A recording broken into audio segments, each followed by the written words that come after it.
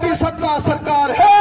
आज के अखबार में भी वो की वो लाइनें भरी हुई है कि पापड़ा पचड़ेगी करो में जो लोहे का अवैध खनन हो रहा है बिना लीज के, और उसी तर्ज पे परिवहन हो रहा है। तो ये क्या है?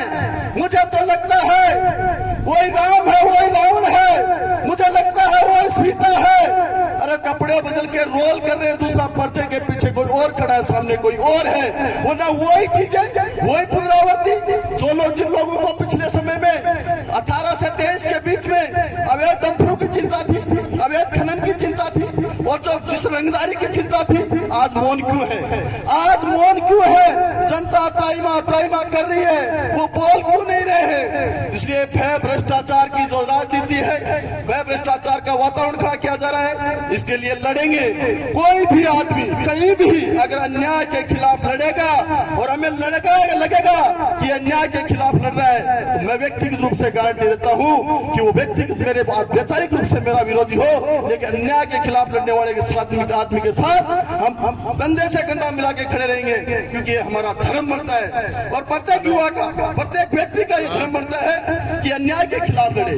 भगत सिंह ने, महात्मा गांधी ने, सुभाष चंद्र बोस ने, इन लोगों ने कभी ये सोचा होता कि हमें क्या मिलेगा, हमें क्या मिलेगा, हम किस तरह की राजनीति में उलझ रहे हैं। और दूसरी बात ये, मैंने पिछले जब से चुनाव लड़ा है, जब से चुनाव लड़ा हूँ, जब से वोट देने लगा हूँ, मैं खुले मन से कह रहा हूँ कि मैंने स्थायित्व नहीं, मैंने किसी पार्टी का सच्चा सिपाही किसी का नहीं हूं मैं। लेकिन मैं एक बात कहूं, हैरानी की बात है, बड़ी हैरानी की बात, हमारे देश में 1857 की क्रांति हुई साथियों। मैं इसी बात से जोड़ना चाहता हूं उस बात को कि क्रांति क्यों जरूरी है, न्याय के खिलाफ लड़ना क्यों जरूरी है। 1857 की क्रांति हुई, उसमें इतिहास तो वही बंटवा लिए और सीधे लड्डू खा के चुप हो गए।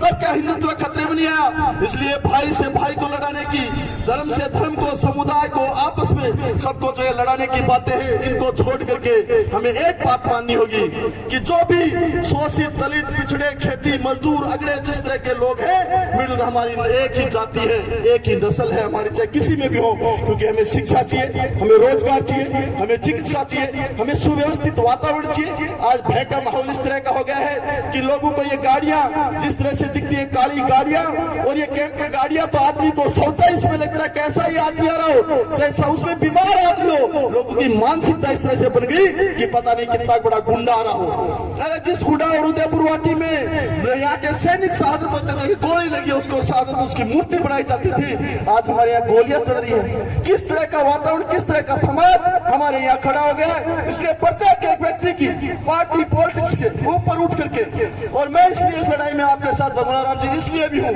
क्योंकि अभी कोई 4 साल 4.5 साल कोई चुनाव नहीं है। अगर आप ये बात 6 महीने पहले करते तो हमें लगता अवसर की बात कर रहे हो। बनने के 2-3 महीने के बाद के हालात हैं, बड़ी पीड़ादायक स्थिति है। और उस पूरा पीड़ादायक स्थिति में जो भय, भ्रष्टाचार और क्रूरता की हदें हैं, वो उदयपुर वाटी में और गोंडा तहसील में सारी हदें पार हो चुकी है। मैं आपको बताऊं, सबको खुले शब्दों में कहूं कि यहाँ संजय नेहरा इस मंच पे आया है तो भगवान राम जी सैनी का या कांग्रेस का कोई समर्थक नहीं है। मैं भ्रष्टाचार और भय के खिलाफ हूं। मैंने हमें जहां जहां अन्याय होगी वहां वहां लड़ेंगे, क्योंकि हम भगत सिंह को मानने वाले हैं, हम गांधी जी को पूजने वाले हैं, उस देश के वासिंदे हैं। इसलिए हमारी जिम्मेदारी बनती है, हमारी ड्यूटी बनती है कि अन्याय के खिलाफ हम लड़ने का काम करें। नौजवान है, युवा है, और गांव के लोगों ने हमें 2-2, 3-3 बार प्रतिनिधित्व करने का मौका दिया है और प्रथम नागरिक होने का मौका दिया है। इसलिए हमारी जिम्मेदारी बन जाती है कि उस क्षेत्र में कोई किसी प्रकार का भय, भ्रष्टाचार और अन्याय हो, उसके खिलाफ हम लड़े।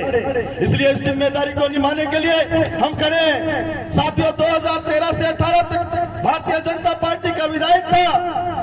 आपका भाई, आपका बेटा तो उस समय भी इस पंचायत समिति में लड़ा था, और उसके साथ लड़ने वाली एक बहन हंसा थी। हम 9 आदमी थे पहले शुरुआत करने वाले, जो सुनीता खरबस के साथ अन्याय हो रही थी। तो ये बहन हंसा वर्मा और उसके बाद ये संजय नेहरा, 2 लोग खड़े हुए थे और उनका चारू उठाने उचित किया था हमने उस विधायक को, भारतीय जनता पार्टी के और सांसद को, और उनकी ताकत और उनकी औकात दिखाई थी हमने इस पंचायत समिति में। 10-10 मुद्दों में लड़े, झुकने का काम नहीं किया हमने।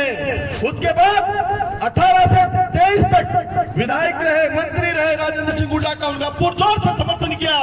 उनको विधायक बनाने का काम किया हमने, अपनी एडी से चोटी तक ताकत लगाई, लेकिन जब महावीर हाजिरी हत्याकांड हुआ तो उस पूर्व विधायक सुखविंदर चौधरी के साथ दरी पे बैठने का, न्याय के खिलाफ बैठने का काम भी संजय नेहरा ने किया। और उस सत्ता पक्ष में ठीक 1 साल बाद जब सरपंचों के साथ इस पंचायत समिति में न्याय हो रहा था, यहाँ का एसडीएम राम सिंह राजावत उस समय दादागिरी करने का प्रयास कर रहा था और मंत्री के इशारे पे भी खिलाफ के सरपंचों को परेशान करने का प्रयास कर रहे थे। आपके भाई, आपके बेटे ने उस एसडीएम कार्यालय के सामने धरना दिया, विरोध किया और प्रदर्शन किया और इस पंचायत समिति में दादागिरी को रोकने का काम किया। और उस तात्कालिक सरकार में हमने सड़क से लेके विधानसभा तक संघर्ष करने का काम किया।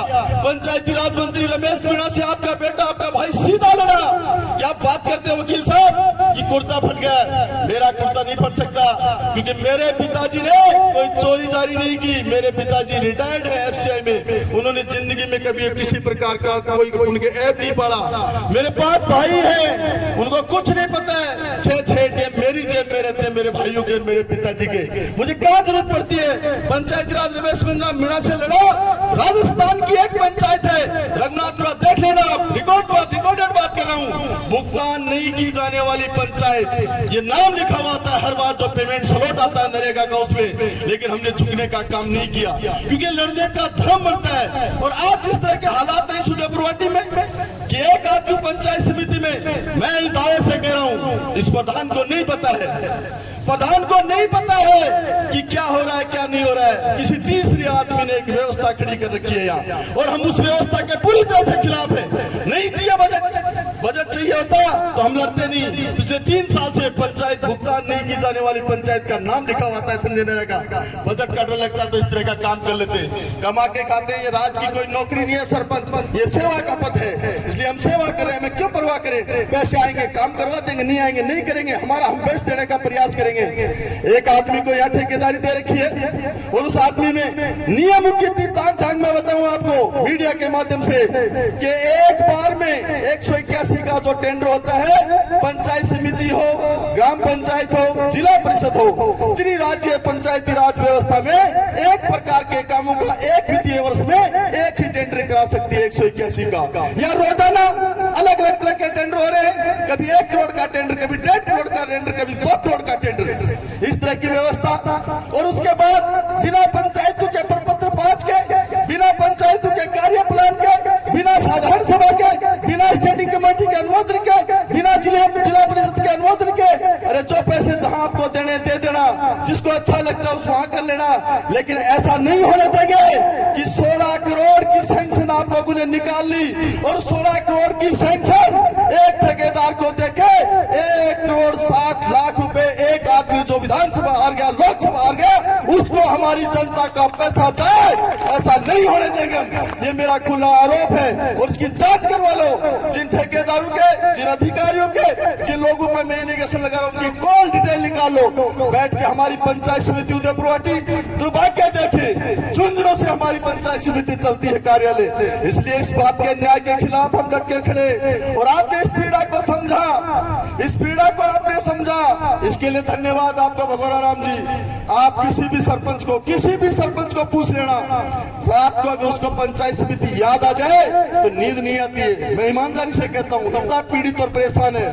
कल से लोगों को, परसों से लोगों को धमकाया जा रहा है, डराया जा रहा है, हम आपकी जांचें करवा देंगे और करवा देंगे। अरे मैं उन सरपंचों से पूछना चाहता हूँ, आपने कोई चोरी की है, कोई क्या किया है? नियम से काम किया, आप गाँव के प्रथम नागरिक हो, आपके वहाँ ग्राम विकास अधिकारी है या विकास अधिकारी है, आइए न चाहिए न, उनकी ड्यूटी बढ़ती है। लापरवाही कर उनका काम करने की उनकी जिम्मेदारी है। आप अपने कार्यालय के अध्यक्ष हैं, डरते क्यों?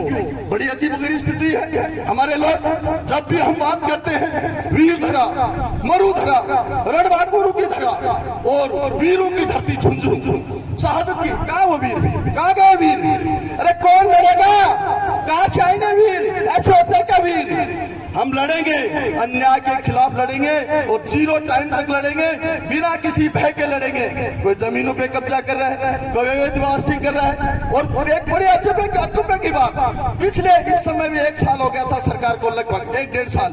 उस समय पत्रिका और भास्कर भरे हुए आए थे, बागोली, कैरोट, पचलंगी, पापड़ा में लोहे का, आयरन की तस्करी का अवैध खनन बिना लीज के। बड़ी अचंभे की बात है, वो लोग चिल्लाते थे, आज